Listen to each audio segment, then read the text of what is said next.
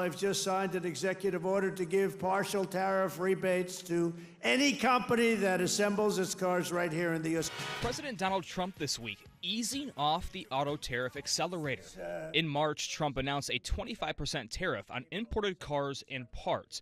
That's set to go into effect this weekend. But now, U.S. manufacturers could be reimbursed on imported parts up to 3.75% of the value of a domestically produced car.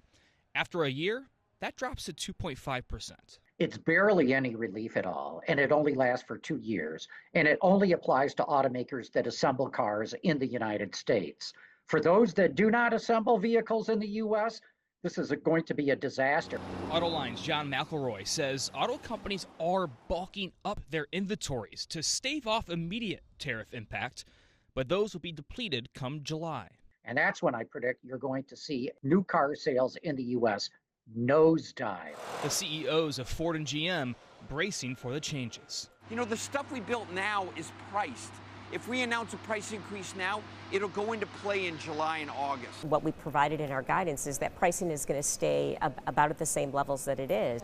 But experts like McElroy estimate cost for a car could jump by thousands, depending upon the model. That will cause car sales to go down, and in some cases, it's going to lead to layoffs. If I had to buy another car right now, whether it's new or used, I would rush out and try to buy it. In Washington, Brian Abel reporting. Okay, you ready? Ready or not, tariffs are here. And it's affecting Chris Wiley's Hot Desert Air Conditioning and Cooling Company. Oh, we're probably down about 25%. Wiley has seen the cost of tariffs trickling down on his commercial projects. He says most of his parts and units come from China and then manufactured in Mexico before being brought into the States. This results in higher prices or equipment simply not being available. There's a couple jobs where I don't have coverage. So I just have a job, I have a contract, I'm liable, I have to provide the equipment, but I just can't get it. And for homeowners, Wiley suggests now is the time to get your AC units looked at, just in case you need a new part or a whole new unit. So capacitors are kind of like batteries. They go bad every so often. What can a homeowner expect if they wait till June or July when their HVAC system breaks down? Tariffs have kicked in. I think that there's just going to be a point when there's no air conditioners available.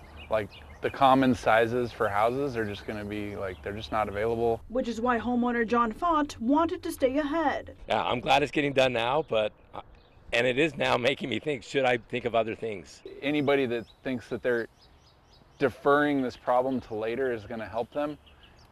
Later's going to come and it'll still be the same problem. At a higher cost. Yep. Costs that will continue to go up, just like the temps will soon be getting. We're just going through it to make sure it's ready for summer. It's a new chapter and a delicate moment for Korean Air. A redesigned look announcing a long-awaited acquisition of its former rival, Asiana Airlines. Korean Air CEO Walter Cho tells us plans for new planes and upgrades to all cabin classes are still moving forward, even when tariff turbulence rattles the travel industry.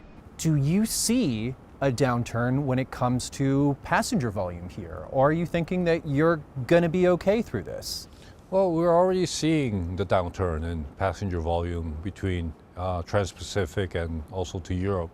How big? Subtle, maybe 5% compared to last year, but it has some significant impact to our business. That is, if the current downturn lasts all year. Cho says he projects Korean Air to stay in positive territory in 2025. But advisory firm Tourist Economics projects under an expanded trade war scenario, international inbound visits to the U.S. could decline by 12.7%, a $22 billion annual loss in inbound travel spending. Cho says for now, there's some resilience in the skies. The reservation data for this summer is very strong.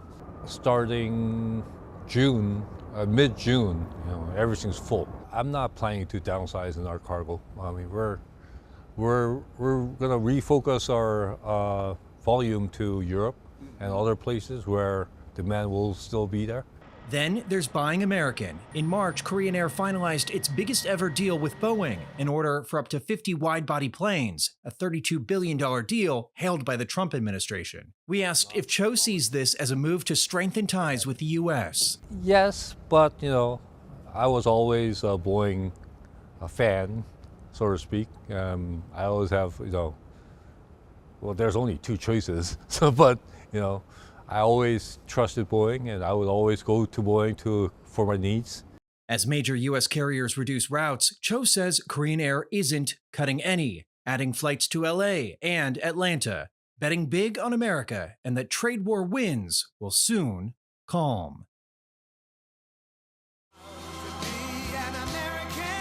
President Donald Trump choosing Michigan for his Day 100 rally. The state was key to his victory last fall and is key to the U.S. auto industry, with 1 in 5 jobs there linked to the auto industry. A lot of auto jobs coming. Watch what's happening. His new executive order and proclamation to ease auto tariffs would continue the 25% tariff on imported cars and put a new 25% tariff on auto parts into effect this weekend, as previously announced. They also allow reimbursements for domestic car producers importing car parts. And they consolidate auto-related tariffs. They all want to come back to Michigan and build cars again. You know why? Because of our tax and tariff policy. While the 3 large U.S. automakers, General Motors, Ford, and Stellantis, formerly Chrysler, thank Trump for the softer stance on auto tariffs, not everyone is thrilled about the president's policies. On his 100th day of the Trump administration, various surveys and polls show growing pessimism amongst U.S. consumers, with much of the consumer sentiment hinged on Trump's volatile tariff policy. In these 100 days, what has gone up? Cost of groceries, up. Energy costs, up. Cost of clothes, of homes, of cars, up. What has dropped? Your retirement and 401ks, down. I'm Sherelle Hubbard reporting.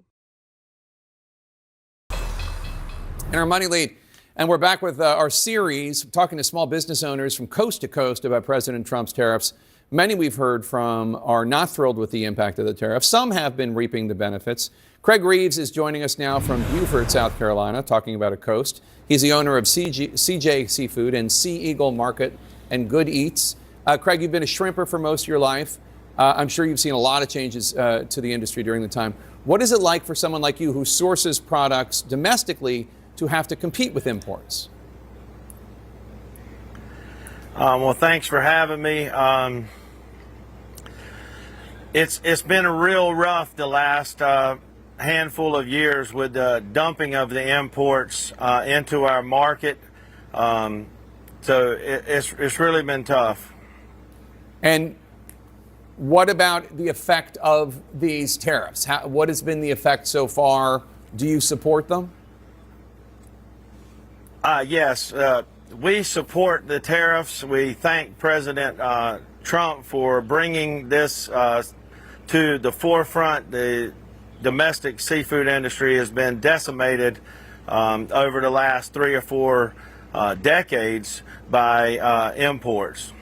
Have you seen any specific change in your business, in your customers, since these tariffs went into effect?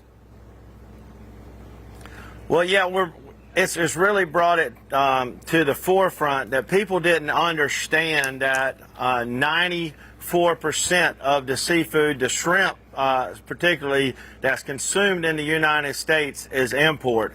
And that's coming from India, all over Southeast Asia, Ecuador. But India and Ecuador are the 2 big ones that are dumping, which means that they're flooding the markets with imported shrimp. If the Trump administration continues with high tariffs on imports, do you think that the domestic seafood industry in the United States will be able to grow to meet demand?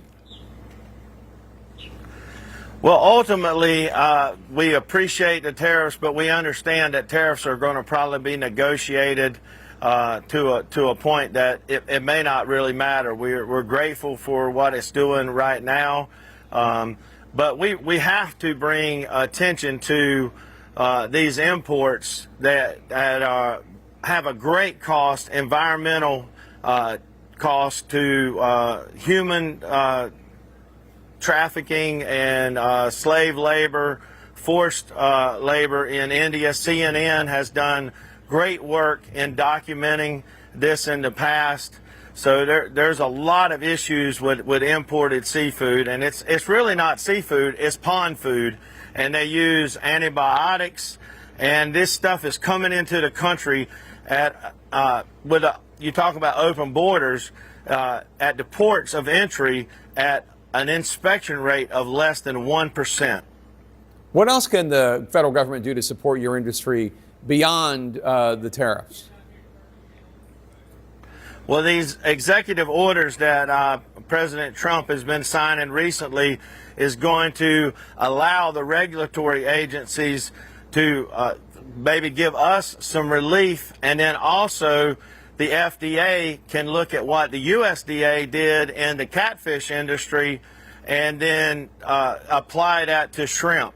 Like I said, we have less than a 1% inspection rate, and then when these things are found to have antibiotics and stuff, we just turn them loose, and now we have the mechanisms to hold and even destroy this seafood.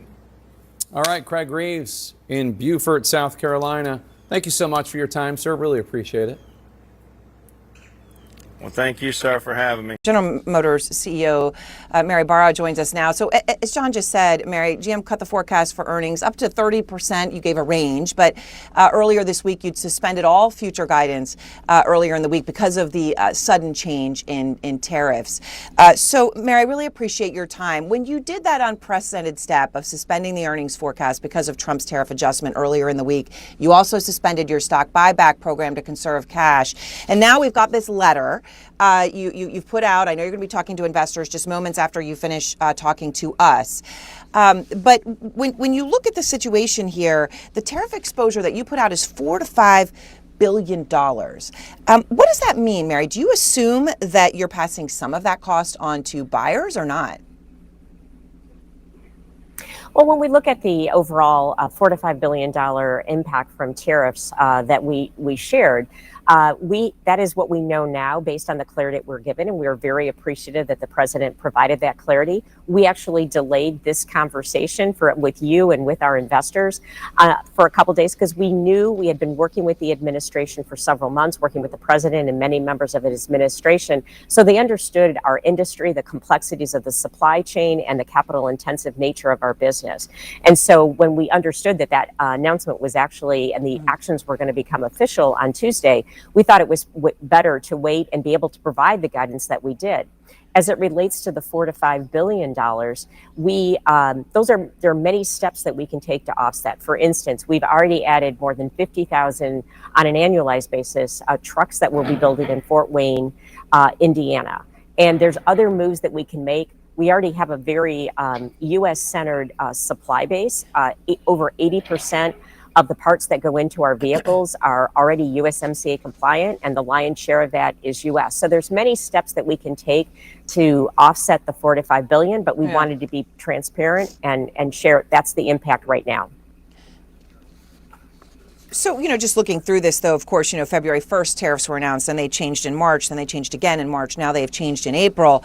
I mean, Mary, I know you've spoken to President Trump directly about the tariffs. When is the last time you spoke to him? And was it this week, post his most recent shift? And has he given you the confidence that this is it, that you actually know the rules of the game and they're not going to change again? Well, I spoke to the president when I last visited the White House, but I've been speaking to many members of his administration multiple times a day over the last several weeks. So I've had regular communications and really feel that the White House and the administration are listening to understand the situation. And so we do know that there's more conversations going on. For instance, the negotiations going on with Japan and South Korea, China, and many of the other countries that impact from a supply chain perspective. So we think that there's more impact potentially. But again, right now, the clarity that we got was so important because it allows us to make decisions for our footprint in the U.S. and in North America to be able to respond to the tariffs and make sure that we have a growing and strong U.S. auto industry. So yesterday, Jim Farley, the CEO of Ford, was with us here yesterday morning, about the same time as you and I are talking right now. And he said that he cannot commit to not raising prices this summer. Okay, so he was very clear about that, Mary. But he did say they are extending their employee pricing to all consumers through July 4th. I know that GM thus far has stayed away from incentive pricing. Are you going to have any incentives for buyers, whether employee pricing or anything else, between now and July 4th? Well, if you look at our portfolio, the strong ICE, our internal combustion engine and EV portfolio that we have been able to maintain strong pricing and low incentives because customers want our vehicles. And so what we've said is we believe, and what we provided in our guidance is that pricing is going to stay about at the same levels that it is. And when you talk about whether you use employee pricing, those are just different tools to provide incentives. We're going to stay very disciplined in our incentives. We're one of the lowest in the industry from an incentive perspective. And so we're going to continue to evaluate pricing. I mean, pricing changes in our industry at least monthly and sometimes more frequently. Incentive levels change, et cetera. So we're going to respond to the market. We're going to stay disciplined because it's so disciplined that we protect the residuals of our vehicles, because that's important to our customers from a resale value. Yes. I'm just curious, though, because obviously $4 to $5 billion, it's a massive amount of money, but trying to put it down to what it means to the price of an individual car. Patrick Anderson Economic Group, and it does the pricing per car, right? So for GM, Mary, he looked at the Suburban, the Yukon, the Escalade, and with the new tariff adjustments, so obviously a little bit of an improvement in the overall tariff impact on a car, he still gets to a tariff impact for each of those vehicles of about $8,000 a car. So $4 to $5 billion on earnings can boil down to, if you're going to go buy an Escalade, to $8,000. I guess the bottom line question is, Mary, is GM going to eat the whole $8,000, or are you going to have to pass some of that to consumers, and soon? What we are going to do is work to get U.S. content up. And for the vehicles you're specifically talking to, they're made in Texas. And with 80% USMCA compliant parts, the tariff on those vehicles is actually quite a bit less than the number that you're talking about. So we're going to evaluate each product. But I think for pricing, it's so important in our industry that we stay competitive. And for General Motors, we continue to leverage the strong demand that we have. In the first quarter for those vehicles specifically, we saw a 30% year-over-year increase in demand for those products. So I think that speaks to the strength of our portfolio, and it's a differentiator for General Motors.